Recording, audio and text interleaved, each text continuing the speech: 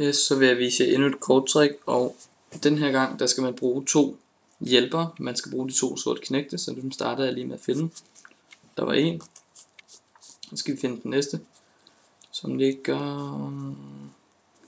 Hvor ligger den? Der ligger den. Så tager vi. Så vender vi bunken rundt. Normalt så har man jo en til at se sin tryllekunstner, og der skal personen hjælpe en her nu. Personen han tager så bunken om bag ryggen. Så tager han et kort ud fra midten af bunken cirka. Så skal han vende kortet rundt og lægge det op i toppen af bunken, sådan så han tager det ud og vender det rundt og lægger det op i toppen, sådan der, den modsatte vej af bunken.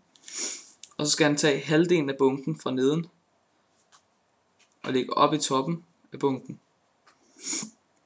sådan så at nu vil vi så kigge bunken igennem, og så vil hans kort ligge den modsatte vej af de andre kort. Så vi kigger igennem efter et kort, der vender den modsatte vej. Der, hjerter S, det vil sige, det har altså været hans kort. Og bagefter så vil man så opsummere, at personen han tog kortene om bag ryggen, og så tog han et kort op i toppen, og så vendte han det rundt, og så lagde han halvdelen af bunken ovenpå. Som I kan se,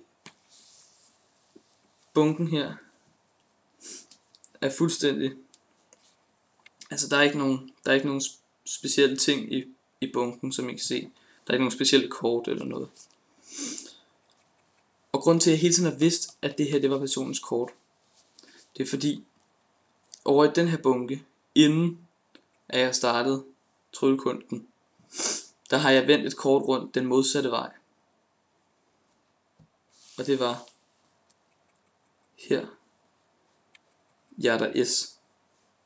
Det sjove er så også, at hjerter S her i den her bunke er det eneste blå kort, hvor det her hjerter S, som vi fandt over i den blå bunke, er det eneste orange kort.